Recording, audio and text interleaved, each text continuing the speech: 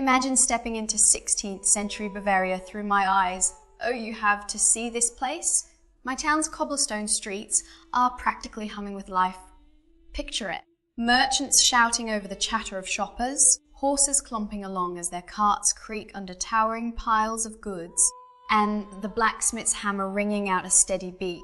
It's like stepping into a painting that's just sprung to life, with colours dancing in every direction, scents drifting on every breeze, and people proudly wearing clothes that might as well be flags announcing who they are.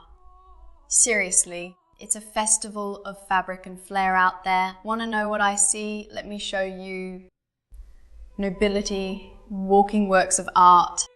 When the nobles float by, it's like they're hovering just above our muddy reality. Their outfits practically a shout. Look at me, I'm a big deal. The men's doublets are slashed open to reveal shimmering silks, as if they're hinting at some extravagant secret beneath the surface. Their cloaks, lined with impossibly fine fur, fan out behind them like grand carpets. I once saw a nobleman's cloak so long it could have doubled as the church's eisel runner. The women, oh, they're even more extravagant. Velvet and brocade gowns drip with wealth, and those farthingales beneath the skirts give them this majestic bell-like shape. I still don't know how they ever manage to sit. Maybe they just hover on chair edges like dainty songbirds. The corsets are pulled so snug I'd swear they whisper instead of talk just to conserve air. And the jewels? It's like they've scooped handfuls of stardust and strung them around their necks. Head over to the Bayerisches National Museum in Munich if you want to peek at these fashions. Bring smelling salts, you might just swoon. The middle class, almost noble, almost practical. Next, the merchants and craftsmen standing gracefully between the peasants and the nobles, like the middle rung of a grand ladder. Their clothes are elegant but not outlandish, with warm yellows, deep reds, and soft blues drawn from nature. Instead of dripping in jewels, they show off brass buckles, well-made belts and gloves that say, "I work hard, but I've got taste, thank you very much." It's a subtle game of who can look best on a budget, each trying to prove they're successful enough to aim higher, but savvy enough not to gamble the whole farm on a single doublet. This isn't just about looking nice. With trade booming, this new middle class is testing the waters. Pushing boundaries that used to be set in stone, their attire hints at their ambitions to rise above their station without losing their footing. If you visit Augsburg, you can practically sense the spirit of the Fugger family, who showed the world that commerce can make you as mighty as a king. The Germanisches National Museum in Nuremberg can show you the textiles and tools they used. Just imagine all these merchants weaving their dreams into fabric, trying to climb their way into a new kind of nobility. Peasants, stitches of strength.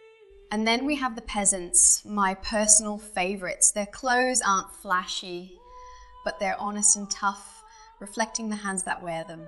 Men stride in patched tunics and breeches, shoulders strong from field work. Women bustle around in coarse wool or hemp dresses, aprons tied firm, baskets filled with eggs, herbs, or firewood. Their colours are soft and earthy, browns, greens, and greys that mirror the hills and forests they work in daily. But don't let the simplicity fool you. Every cloak stitched from scraps, every well-worn hood has a story. Last week I helped my mother spin wool by the fire, chatting about old Frau Huldy's clever way of coaxing richer green hues from nettles. Not long ago, I tried my hand at dyeing some linen and ended up with bright green hands for days. My friends teased me that I'd turned into a woodland sprite. Another time, I borrowed a handful of old fabric scraps from our neighbour to mend my brother's tunic. She said those scraps came from her grandmother's wedding dress, tying us all to a past that never quite leaves us. If you ever want to see how we peasants live, head to the Bauernhof Museum in Bad Windsheim. They've recreated entire villages where you can almost feel the warmth of a shared blanket and hear laughter woven into every thread. It might not be fancy, but it's real and it's ours. Fashion a language without words. Clothes here aren't just fabric, they're like a secret code. The nobles proclaim, I'm powerful. The merchants whisper, I'm ambitious. And the peasants declare, I'm hardworking and proud. We have sumptuary laws telling us who can wear what, trying to keep everyone in their lane. But as I stroll down these same streets under the same sun, I sometimes wonder how different we really are. The hands behind the threads. Let's not forget the people who make all this magic possible. The tailors who snip and stitch silk and velvet into dreams are basically fabric magicians. The spinners who sit by the fire, teasing wool into yarn, bring warmth and comfort into their homes, thread by patient thread. Even the dyes have their stories. Indigo sailing from distant lands, madder redcocks from plant roots. Visit the Deutsches Museum in Munich, and you'll see these hidden worlds of dyeing and weaving. Augsburg, too, has a museum dedicated to textiles that will make you see each garment as a masterpiece.